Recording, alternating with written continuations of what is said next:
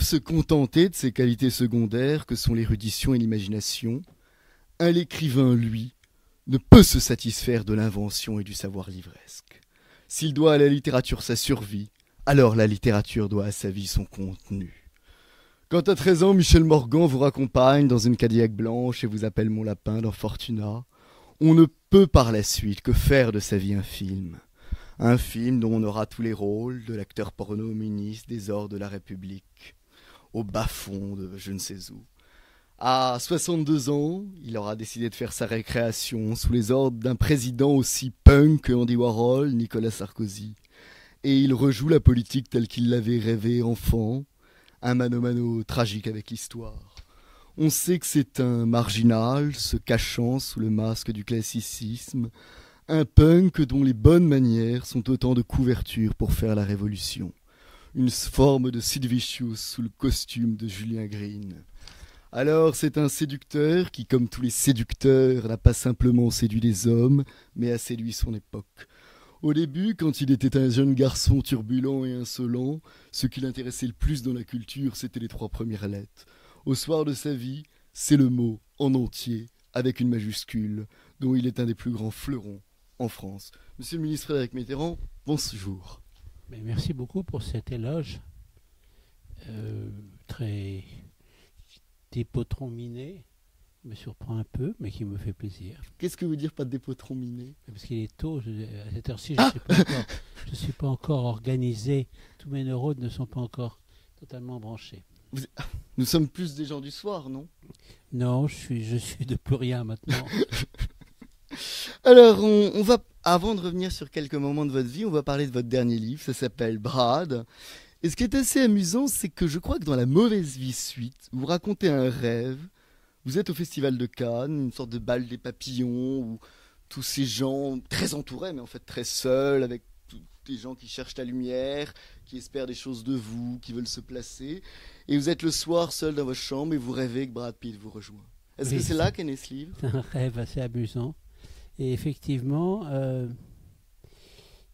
Brad Pitt ressemble beaucoup à quelqu'un qui a beaucoup compté dans ma vie et qui est mort quand j'étais encore adolescent et à qui je rêve très souvent parce que malgré les années, et ça fait beaucoup de temps, ça fait presque 60 ans, malgré les années, ça fait 60 ans, malgré les années, je pense toujours à lui. Et Brad le ressemble dans sa manière d'être, dans sa beauté physique, dans son impétuosité, dans sa capacité à faire des tas de choses différentes. Et il se trouve que cet ami disparu, je rêve souvent à lui la nuit. Donc là, dans l'atmosphère de Cannes, où tout est tellement agité et superficiel, on a tendance à retrouver des rêves du passé qui remontent à la surface, on s'y raccroche. Et donc là, il y a une sorte de confusion entre cet ami disparu et Brad, et c'est ce que je raconte dans ce rêve. Et au fond aussi, ce que vous dites sur Brad, c'est qu'il est imprévisible. C'est aussi peut-être quelque chose qui disparaît, qui réapparaît, qui est comme un feu follet ou comme un papillon de nuit. Non, ce qui est intéressant, c'est qu'en fait, il vient pas de la matrice hollywoodienne classique. Il n'est pas le neveu, le fils, le filleul d'une star ou de gens qui travaillent dans le cinéma, quelquefois des gens modestes et qui ont eu des enfants qui sont devenus des grandes vedettes. Non, il vient d'ailleurs, il vient du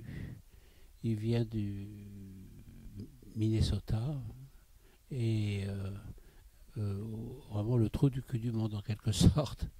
Et dans une petite ville où il ne se passe pas grand-chose. Et il connaissait personne.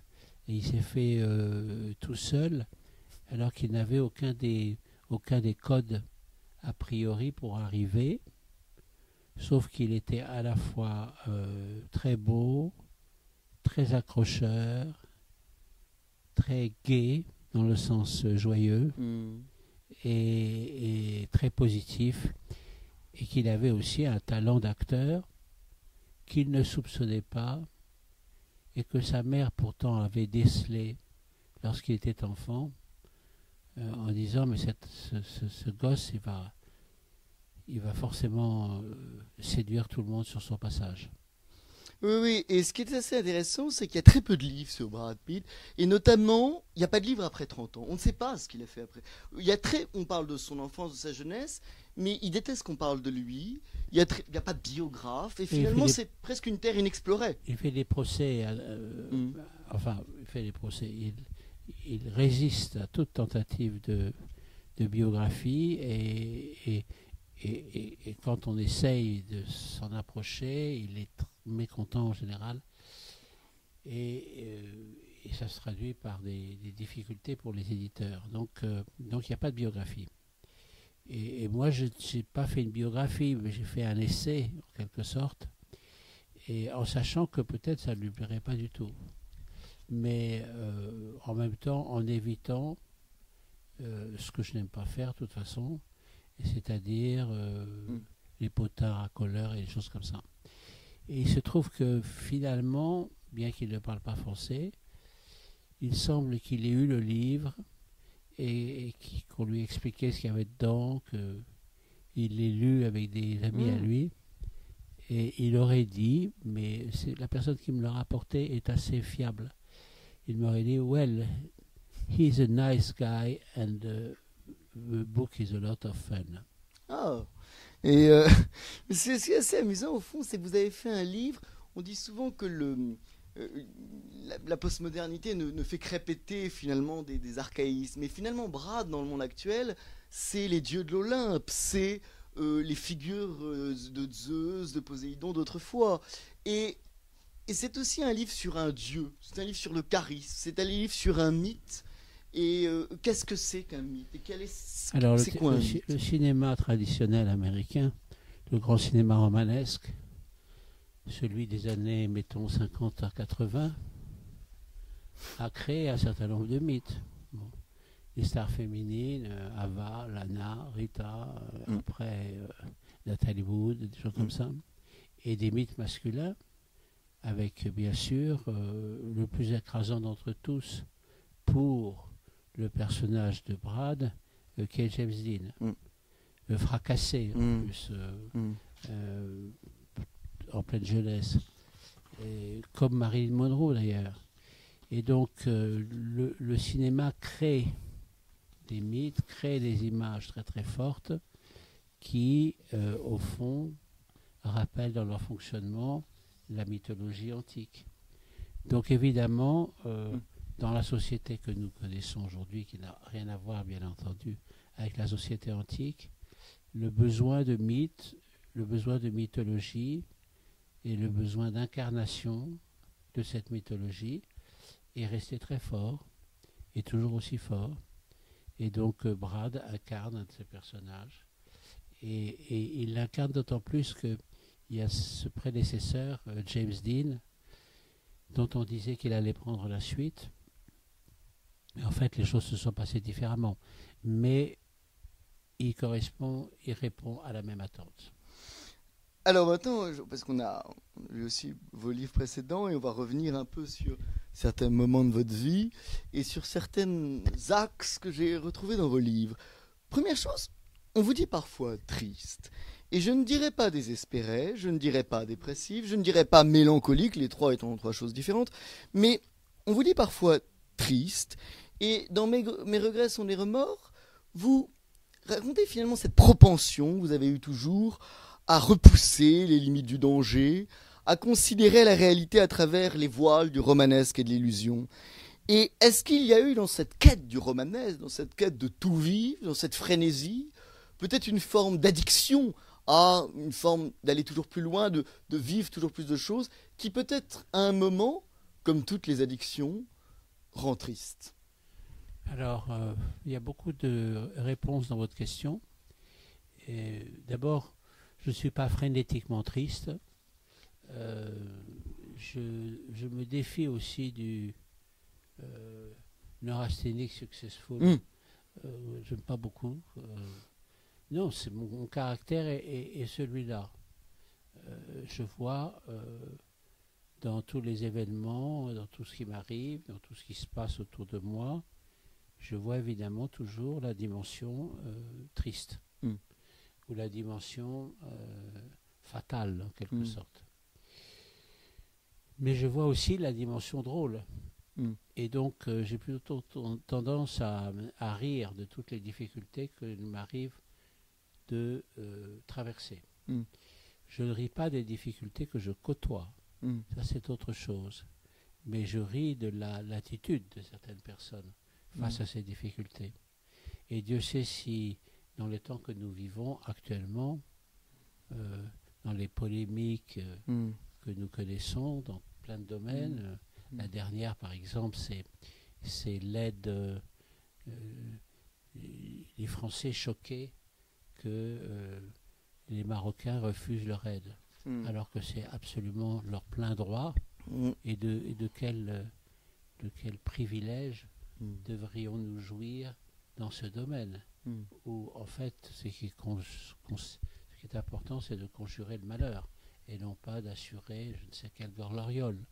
Alors, en voyant ça, j'ai tendance à être triste pour mon pays, pour l'attitude qu'il a, pour les milliers de victimes dont d'autres s'occupent extrêmement bien, et notamment les Marocains. Et j'ai tendance aussi à rire du ridicule de l'attitude de certains des pseudo-aspirateurs du politiquement correct français. L'humour et la politesse du désespoir, on dit souvent. Oui, alors oui. Bon, mais j'évite désormais de m'appuyer sur ces formules. Il y en a beaucoup d'autres. Veuillez parler devant l'hygiaphone, par exemple, ou chez Lippe, nos salades à 2000. Ah oui. Ou le plus beau alexandrin, tout condamné à mort aura la tête coupée. Oui. Deuxième chose que j'ai remarqué dans vos livres, alors ça c'est peut-être plus personnel, et j'ai été surpris en lisant vos livres. Quand on arrive à Paris et qu'on a finalement, on commence à, je sais pas, tout apprenti journaliste à Paris, on dit, ah ben il y a des gens qui ont la réputation d'être, je sais pas, particulièrement gentils. On dit un petit mec qui arrive à Paris, je sais pas, Salvatore Adamo est très gentil, la réputation. Oui, c'est vrai, il est très gentil, oui, je sais pas, David Fuenquinos ou Jean-Marie Bigard sont très gentils. Et on dit, il y a des gens très méchants. Et on m'avait dit, par exemple, je sais pas, Hervé Villard, Dominique Fernandez et Frédéric Mitterrand sont très méchants. Méchants ? On dit, et alors quand j'ai lu vos livres, au contraire. C'est le contraire d'un méchant. C'est ça. J'ai été très étonné. C'est le contraire d'un méchant. Vous ne parlez que de la bonté. La personne qui dit ça est elle méchante, parce que je suis vraiment le contraire de quelqu'un de méchant. Je déteste la méchanceté, je déteste tout ce qui rabaisse les autres, je déteste tout ça. Quant aux autres candidats à ce poste enviable de la méchanceté que vous avez cité, Dominique Fernandez, pas du tout méchant. Non, pas du tout. Il est très drôle et sympathique. Et Hervé Villard est extrêmement sympathique. Ah oui, et c'est un ami intime. Donc voilà, je pense que je suis en très bonne compagnie, mais on n'est pas le gang des méchants. Bien loin de là. C'est pas du tout ce que je disais. Je me méfie de la méchanceté. Je me méfie de toutes les formes de méchanceté. La méchanceté parisienne, la méchanceté mondaine, la méchanceté. J'ai eu des tas d'exemples de gens. J'ai croisé beaucoup de gens très méchants. Et très méchants, très aimables et très méchants en fait. Et moi je suis assez aimable, pas toujours, quelquefois je suis fatigué donc je me retiens un peu, mais méchant, jamais. Oui, tout à fait. Et j'ai été très étonné parce que Hervé, des gens comme Fernandez là, mais peut-être qu'il pourrait revendiquer, et au contraire vous, tous vos livres, et c'est vraiment quelque chose qu'on retrouve, d'ailleurs mes regrets sont des remords, c'est tous vos remords, c'est très touchant. Je suis content que vous me parliez de ce livre parce que c'est un de mes livres préférés. C'est qu'il n'a pas très bien marché. C'est une autocritique. Mais j'aime beaucoup. Et il y a vraiment, on pourrait prendre une sorte de bonté, une quête de la bonté qui est assez significative. Et j'ai été très étonné en lisant ça parce que c'est pas ce qu'on aurait pu imaginer, vous voyez. Ben oui, mais on est souvent, nous avançons dans la vie, tels de grands incompris. Et vous dites la méchanceté, le refuge des faibles. Oui, souvent.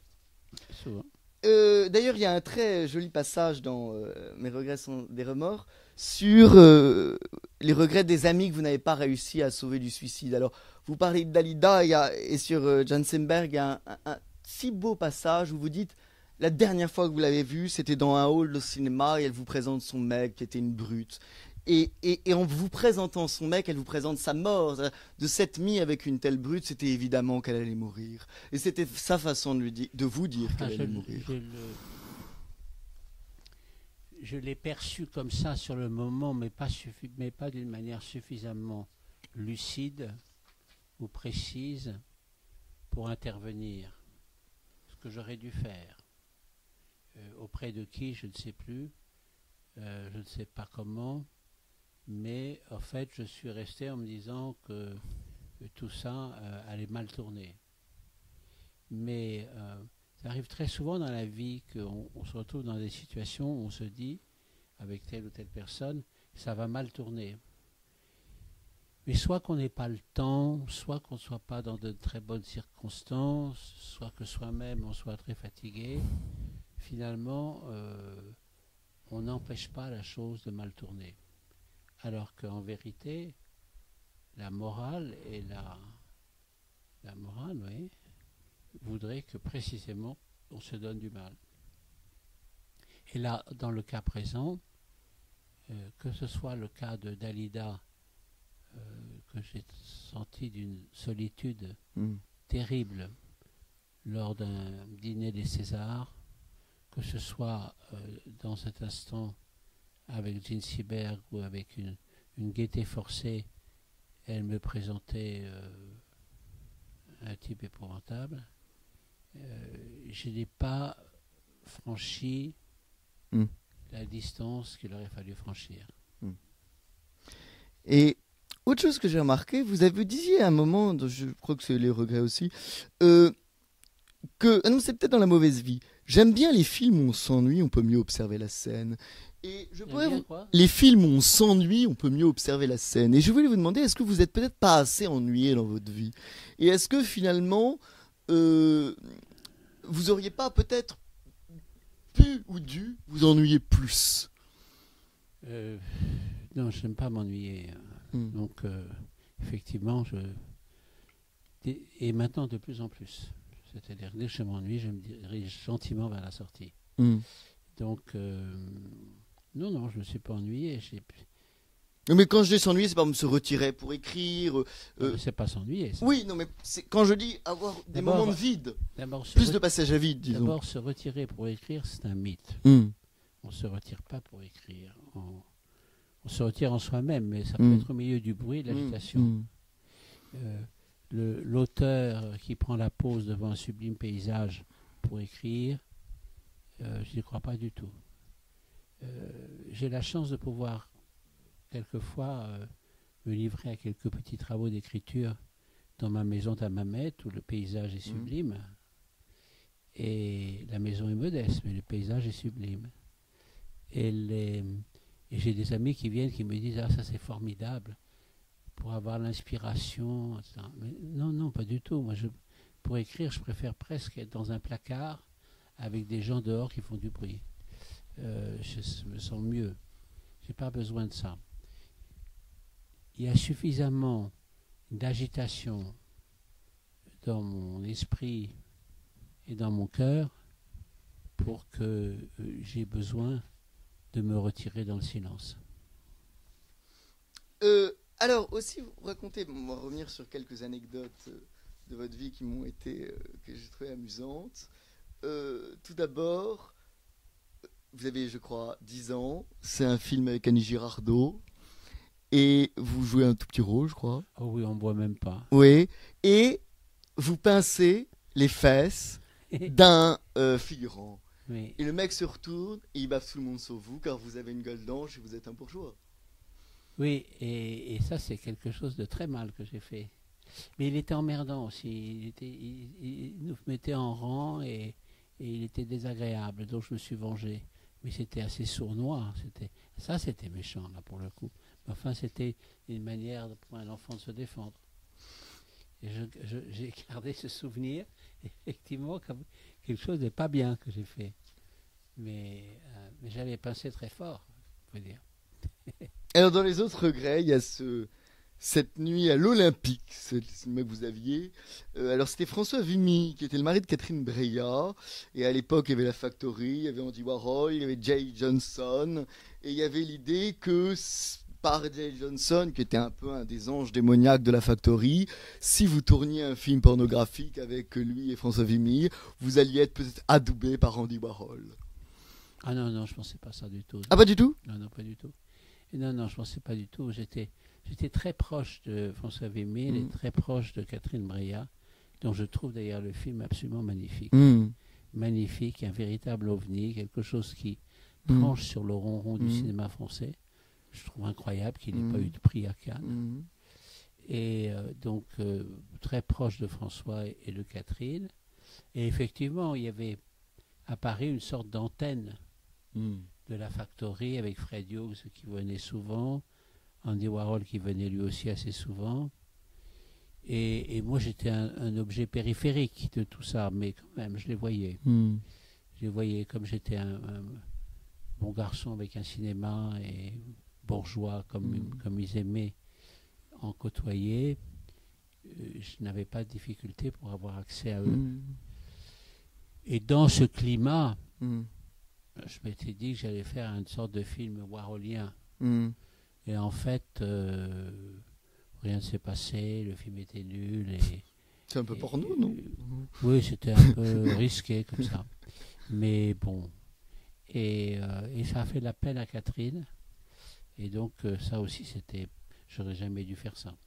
Et est-ce que vous qui avez à la fois connu Warhol, la Factory, tous ces gens un peu destroy, et en même temps... Ils n'étaient pas destroy. Non, mais je veux dire, en même temps et en même temps... Ils avaient cette réputation d'être... Réputation fausse d'être destroy. Ils étaient au contraire extraordinairement constructifs. Oui. Puisque si on y réfléchit, on s'aperçoit aujourd'hui que 50 ans plus tard, on fait un certain nombre de choses en fonction de ce qu'ils ont construit et inventé.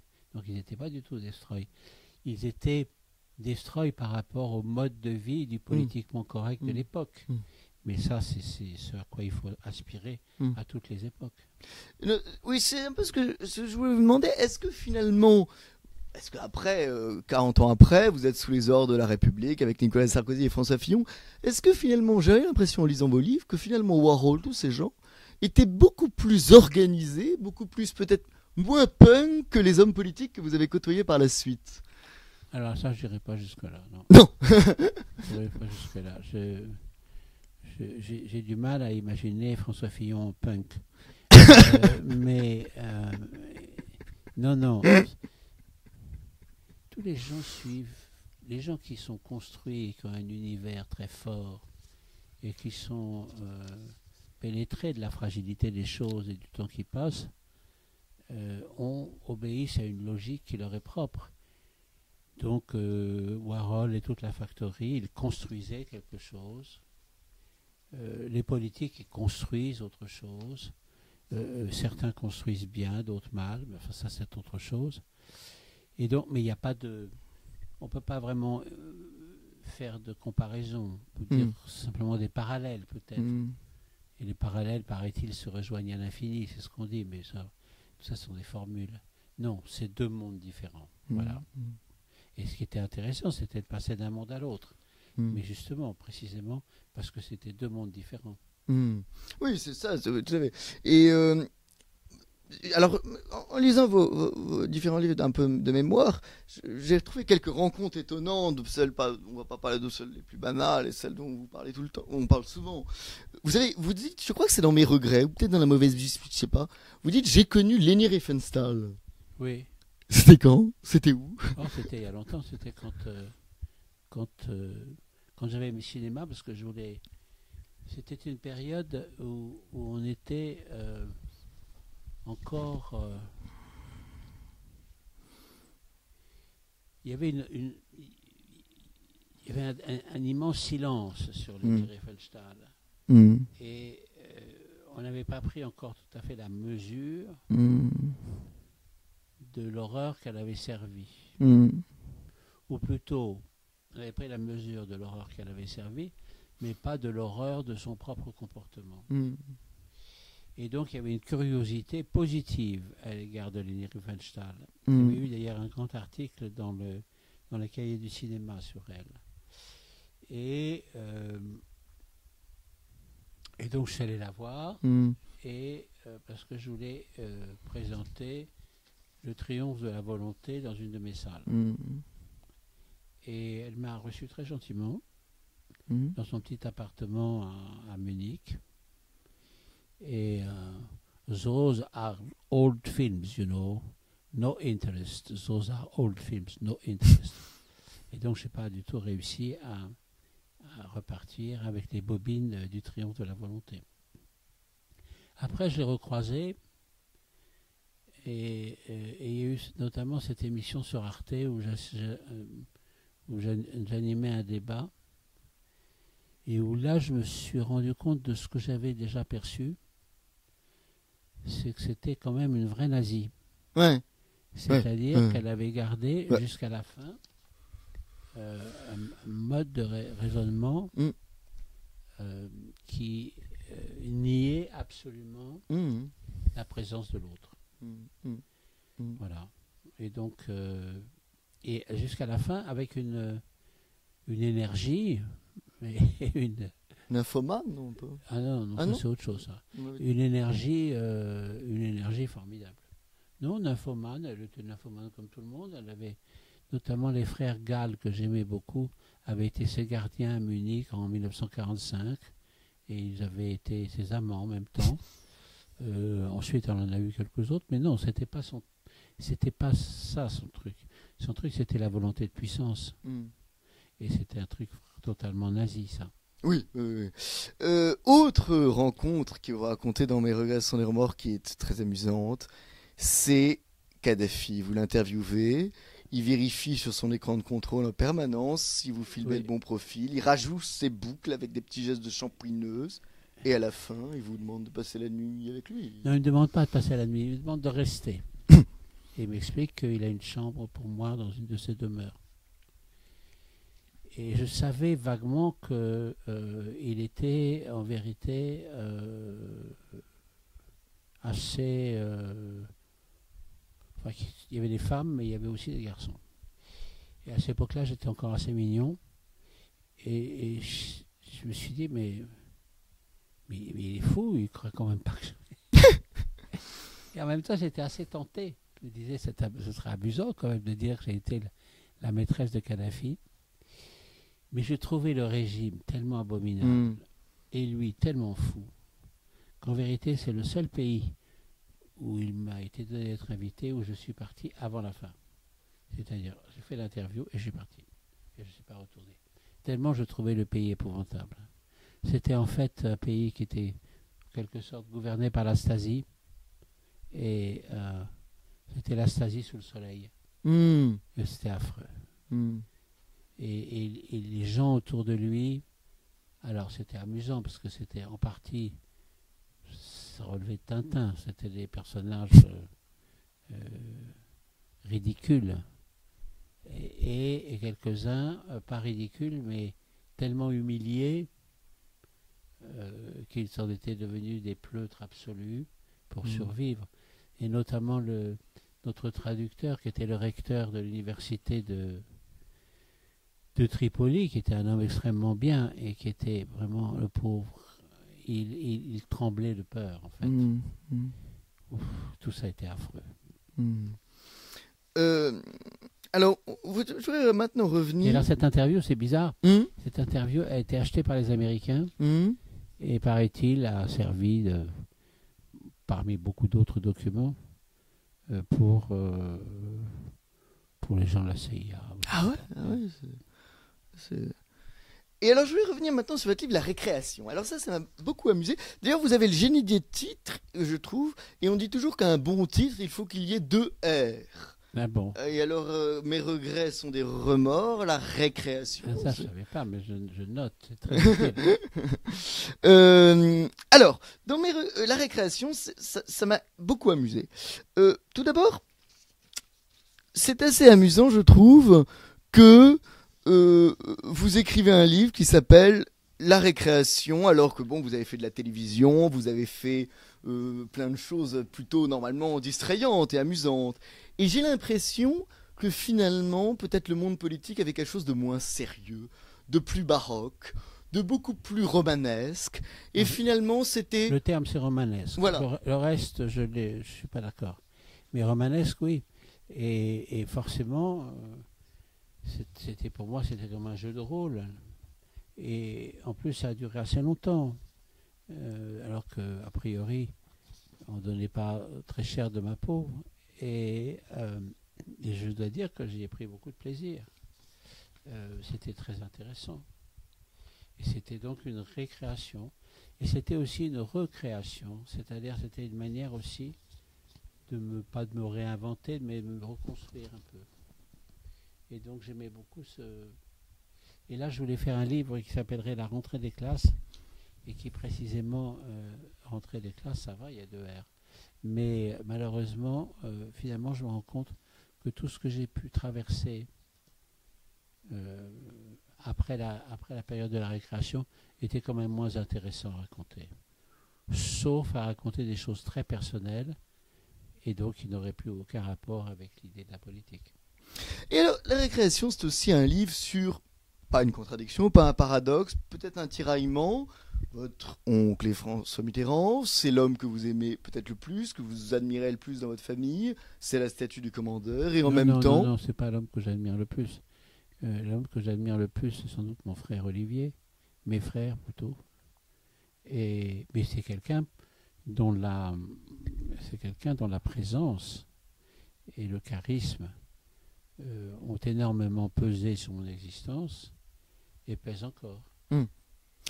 Oui, et en même temps, vous lisez les mémoires de guerre du général de Gaulle, et vous admirez immensément le général de Gaulle. Et vous êtes finalement tiraillé entre François Mitterrand et de Gaulle. C'est un conflit supportable. Ouais. Hein.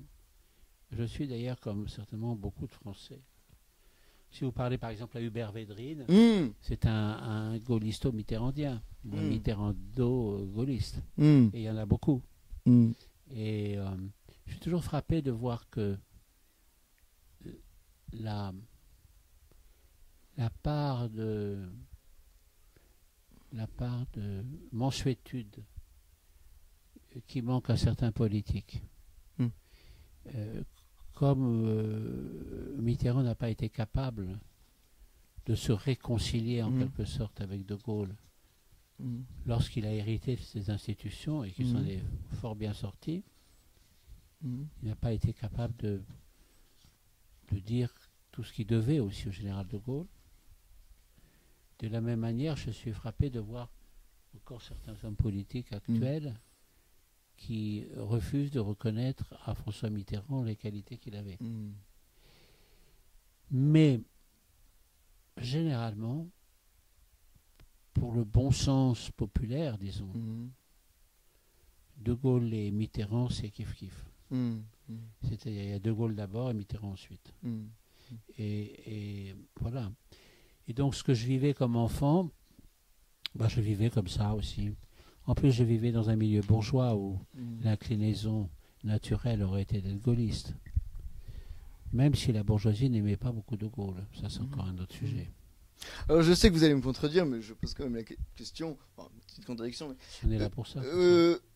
S'il y a une chose quand même étonnante, c'est que vous dites, pour résumer, vous reprochez, quand Lionel Jospin est Premier ministre, d'avoir peut-être un peu, encore un petit quart d'heure, désavoué le bilan de la Mitterrandie. Et c'est pour ça, quand vous dites en 2002... le droit d'inventaire. Le droit d'inventaire. Et c'est pour ça que vous dites en 2002 que vous ne votez pas pour Jospin, mais pour Jacques Chirac. Et, étonnamment, finalement, vous allez vous retrouver quand même ministre d'un gouvernement qui a peut-être plus que désavoué le bilan de la Mitterrandie. Oui, mais je n'ai pas analysé les choses comme ça. Moi, c'est tout. Pour moi, les problèmes de loyauté personnelle sont très très importants. Et donc, je comprends très bien que beaucoup de gens aient considéré que j'étais une sorte de renégat, puisque Mitterrand est plutôt orienté à gauche, passant chez Sarkozy. C'était un problème de loyauté personnelle. On pouvait penser que, alors que j'affirme que j'attache tellement d'importance à la loyauté personnelle, que j'étais pas loyal. quand on a été Premier ministre de François Mitterrand pendant Mm. des années et que ça a joué un rôle considérable, Mm. est-ce que Lionel Jospin était Premier ministre de François Mitterrand? Non, il était Premier ministre de Chirac. Oui. Mais quand on a été proche de François Mitterrand longtemps, Mm. le droit d'inventaire, je veux dire, ça avait du mal à passer. Parce que moi, je me suis juré, je ne sais pas si j'arrive à le tenir, ça, mais je me suis juré que je ne dirais jamais de mal de Sarkozy, dans la mesure où il m'a offert une opportunité formidable. Et dans la mesure aussi où il y a plein de choses sur lesquelles je ne suis pas d'accord avec lui. Mais me retrouver parmi les aboyeurs de service, jamais.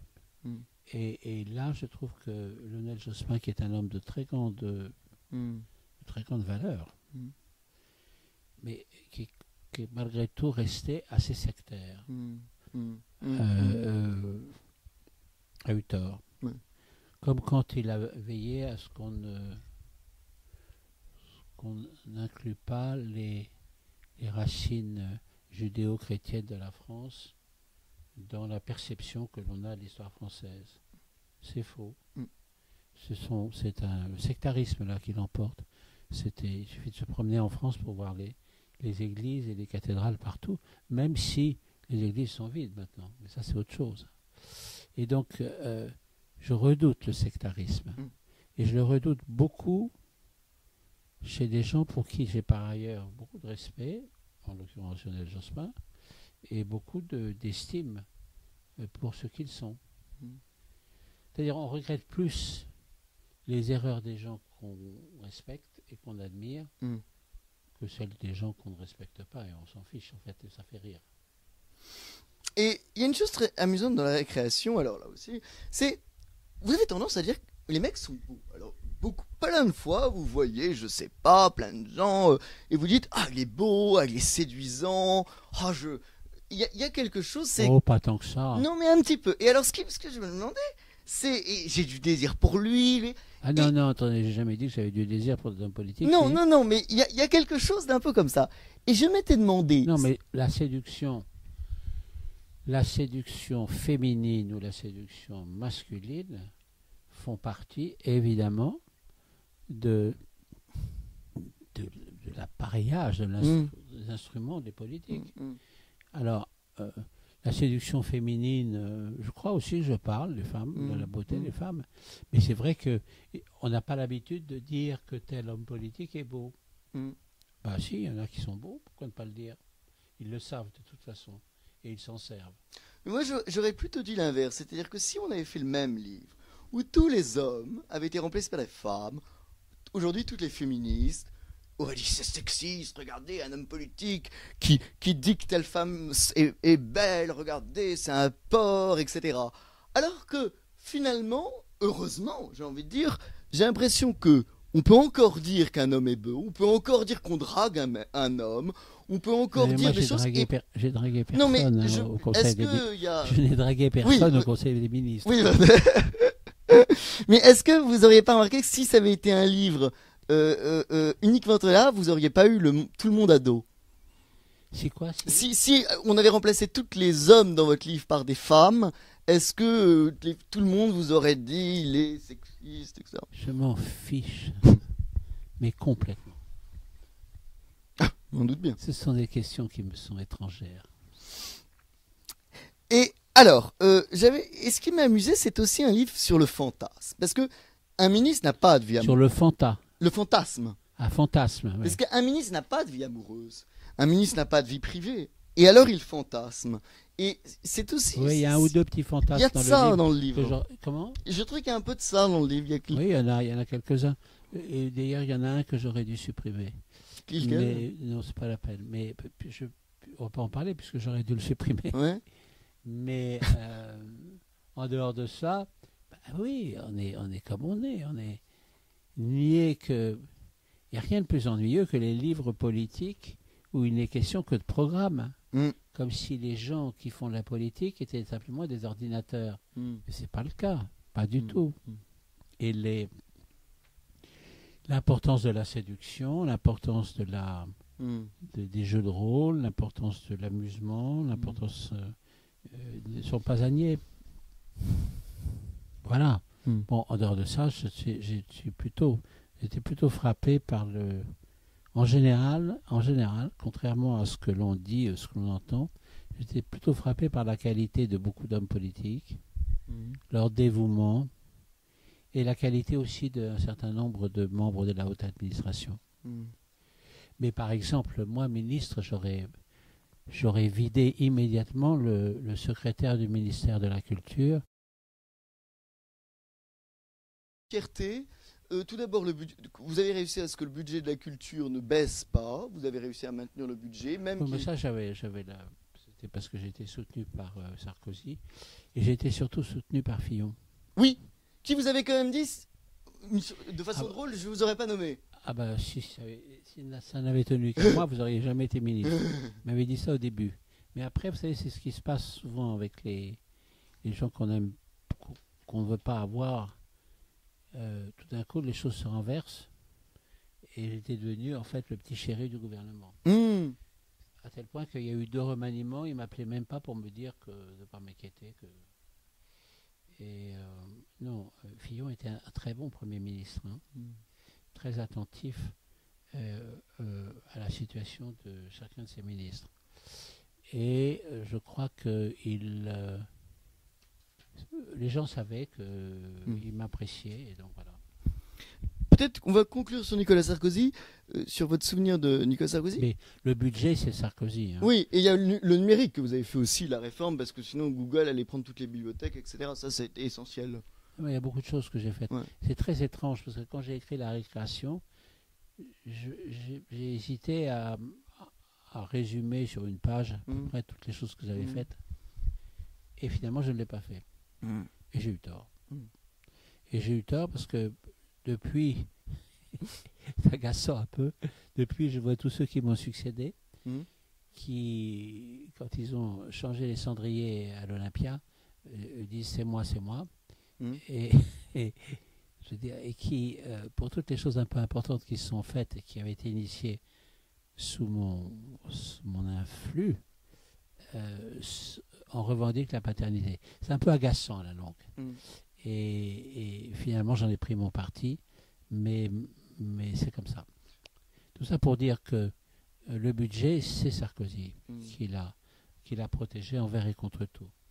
Ce qui a permis de finir le Bucem, ce qui a permis de finir la Philharmonie, ce qui a permis de faire avancer des tas d'autres projets auxquels je tenais beaucoup, quelquefois même contre l'avis de François Fillon, qui était plus austère sur le plan budgétaire, mais en obtenant, malgré tout, la possibilité de le convaincre. On finit juste sur Nicolas Sarkozy. J'ai l'impression, c'est ce que m'ont dit beaucoup de gens qui étaient proches de lui, que Sarkozy était un président finalement assez littéraire. Tout d'abord, assez littéraire, qui avait finalement tout d'abord un aspect un peu punk, assez... qui avait une conception de la vie assez Le mot punk est un mot qui vous plaît beaucoup. Non, mais je veux dire, qui est quelqu'un qui n'aime pas tellement le conformisme, qui est quelqu'un qui n'aime pas tellement le prêt-à-penser, qui est quelqu'un qui est assez... Alors, il y a 2 choses. Qui n'est pas un donneur de leçons, et qui en plus a une conception de la vie un peu romanesque. Non, il y a 3 choses. La première, c'est qu'il est très intelligent. Donc, un certain nombre de choses qui lui sont étrangères l'intéressent et il souhaite les comprendre. Et il y arrive le plus souvent, pas toujours, mais le plus souvent. La deuxième chose, c'est qu'il a une morale du travail et de l'effort très importante, qui fait qu'il croit au mérite des artistes aussi, qui continuent leur travail, etc. Et ça l'impressionne peut-être même plus que leur œuvre. Et la troisième chose, c'est que sans être la personne un président homme de culture comme l'était François Mitterrand, comme le fut Giscard, comme le fut à sa manière Chirac, et comme l'était évidemment le général de Gaulle, il avait un respect, un respect instinctif à l'égard de la culture. Ce qui fait que je pouvais... Il y a deux exemples. Par exemple, au Conseil des ministres, les ministres font des communications. Mhm. Bon. Et chaque ministre piaffe pour avoir l'honneur de faire une communication. Et moi, finalement, j'en faisais presque une tous les 15 jours. Mhm. C'était incroyable. Ça Mhm. me suscitait ça suscitait une très grande jalousie qui ne se disait pas, mais réelle. Et en plus, j'avais le privilège de pouvoir les faire rédiger. C'est-à-dire, je lisais un texte. Et je me souviendrai toujours d'une fois où Sarkozy, j'avais été assez en verbe ce jour-là, en fait. Et où Sarkozy, à la fin, tout le monde est resté silencieux. Il a dit, bon, on va peut-être continuer quand même le Conseil des ministres. Il y avait à mon égard, je suis très sensible, il y avait à mon égard une affection réelle. Mhm. Et même jusque dans mes défauts, il y avait une part d'indulgence de sa part. Et ça, c'est son attitude vis-à-vis de la culture qui l'explique. C'est-à-dire que il savait que je m'étais investi totalement dans cette tâche et il en respectait le principe. Écoutez, monsieur le ministre Frédéric Mitterrand, merci beaucoup. Monsieur le ministre, c'est fini. Oui, je croyais qu'on disait toujours. Non, Il paraît, oui, mais la plupart des gens, c'est pour se moquer. Alors, Ah c'est oui, pas la peine. il faut pas. Ouais. Ouais. Chaque fois que je suis allé pendant toutes les années qui ont Ouais. suivi pour essayer de monter des projets que je Ouais. n'arrivais pas à monter à la télévision, chaque fois que je rentrais dans un bureau et qu'on me disait Monsieur le ministre, je me disais c'est foutu. Ah oui. C'est pas faux, oui, parce que. Mais oui. Bon, écoutez, merci beaucoup, Merci à vous. Mitterrand. Ça Vos s'appelle questions Brad Pitt. À très bientôt. Vos Salut. questions étaient très gentilles. Oh, vous savez, vous étiez en terrain ami. Très sympathique. On devait faire ça depuis très longtemps. Et en fait. Et ça, c'était par François Gibault et les événements avaient fait que ça s'était pas fait il y a déjà. Gibault est très sympathique. C'était parce qu'en fait, Est-ce que vous êtes allé voir le garçon qui lit